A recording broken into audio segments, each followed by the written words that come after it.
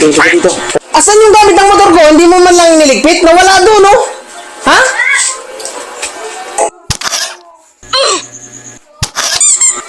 Ano, wala kang sasabihin? Sabihin mo na! Asan doon? Nawawala doon, no? Hindi kaya kalat naman ng mga bata? Ano? Kanang ganito na lang tayo? Wala nang pagbabago yung ano mo, ha? Ang mga gamit ko, ubus-ubus na, alis ka dyan! Ano ba naman yan? Hindi mo naman ninalo yung gamit, eh. Yung mga bata, alam mo nung napakaano dyan, eh. Ano? Ganito na lang ng ganito. Ano yung mga gamit yan? Gagamitin ko yan. Wala nang ano. Wala na akong gamit. Paano pag naplatan ako, nasiraan ako ng motor? Hindi kaya, yung ano ko, manipis pa naman yung gulong ko. Pati ba naman sa CR, sisilbi tayo?